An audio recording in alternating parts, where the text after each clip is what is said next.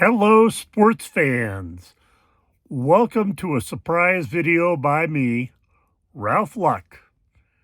And I just wanted to pop on here, even though I know I'm taking a little hiatus for a week or two, as I posted.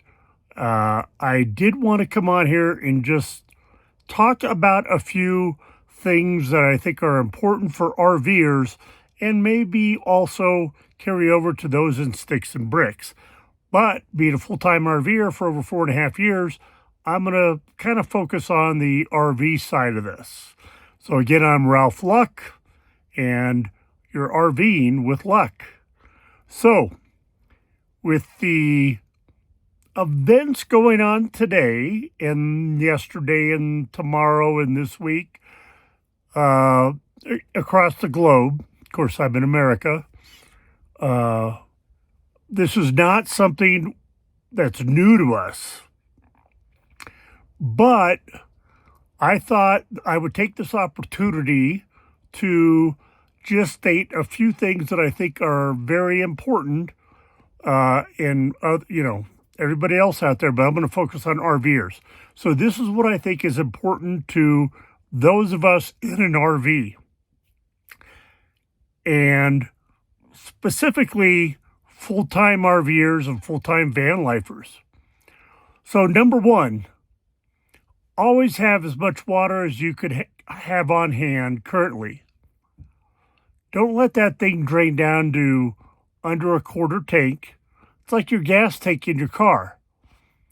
If you need to go and drive somewhere, there's Ninja behind me. If you need to drive and go somewhere on an emergency type trip, you don't want to have to be searching for gas stations. So my opinion is when my fuel gets below half tank, I want to fill it back up full.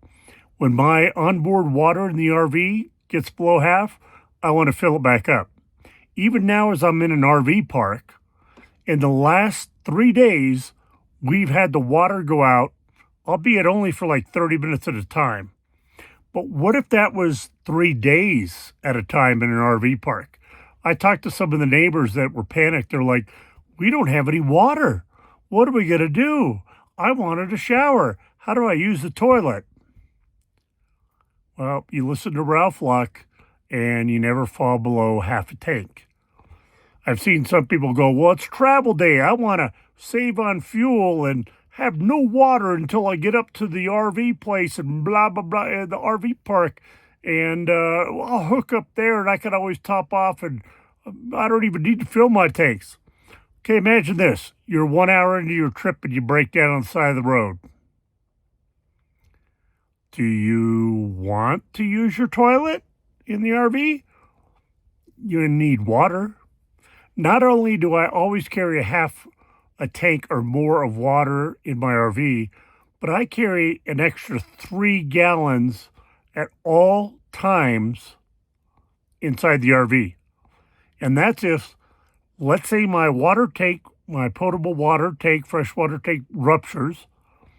I'm nowhere near anywhere to get water, but I need to have water to survive for, let's say, 24 hours, and also to use the toilet in the RV. Now, granted, I can take a shovel and go outside, and I guess I don't need water. But I like keeping a couple of gallons extra that are there that is no touchy-touchy. I don't touch that water. This is separate from my extra 6-gallon containers that I keep filled up when I'm boondocking off to the side. Next thing is food. I always keep my pantry pretty well filled. I just went to Walmart today and stocked up on a month of groceries. But before today, I had gotten down to where I had like a couple cans of soup and a couple frozen chicken breasts and frozen patties. And I was thinking, wait, I'm getting pretty low on food. Well, that was easily a week's worth of food there. But in a backpack in one of my containers, and I have it in a backpack so it's easy to grab and run if I needed to. Say the RV catches on fire in the middle of nowhere.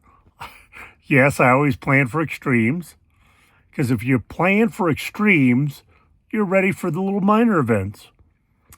In my backpack, I've got about a week worth of freeze-dried food, good for 25 years.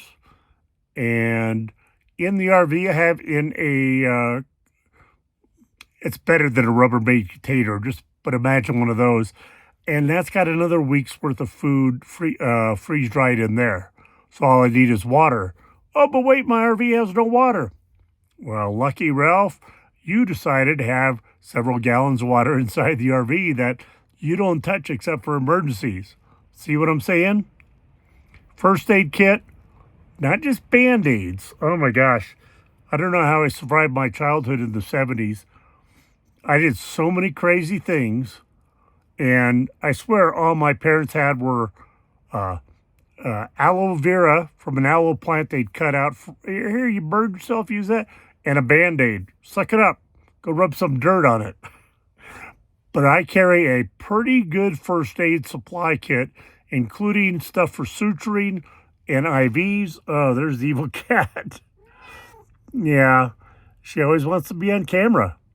But also, I'm an Army medic, and I know how to do suturing and other things like that. Starting IVs, getting fluids.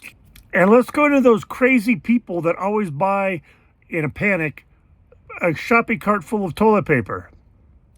I'm going to call them crazy for doing that at the time where there's an emergency. But you know what? If you have on hand 5 cases of toilet paper and you keep that at all times, are you really crazy? It's non-perishable. You know you're going to need it, so why not? The other thing is for protection. Knives are great. I've got plenty of those. But I also do believe in the Second Amendment and always being armed. I have multiple pieces of equipment and multiple pieces to put into that equipment in the event of something fairly significant happening. Again, I'm always planning for the worst. I'm out boondocking in the middle of the desert. Zombies come after me. Anyway, just another thing of always be prepared.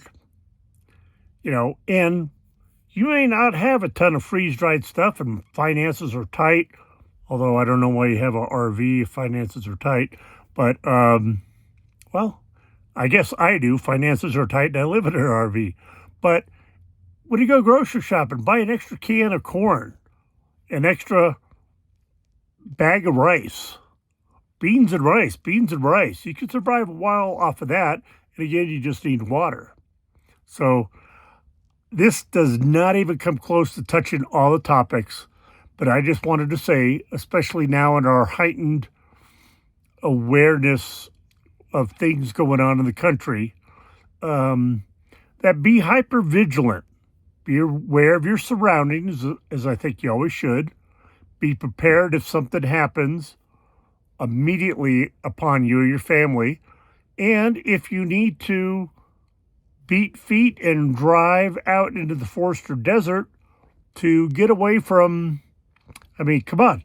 There's been riots, fires, bombings, shootings, everything in America over the years. And if you want to hop in your RV and get out of here, you don't want to have to stop at the Walmart and get groceries and other things.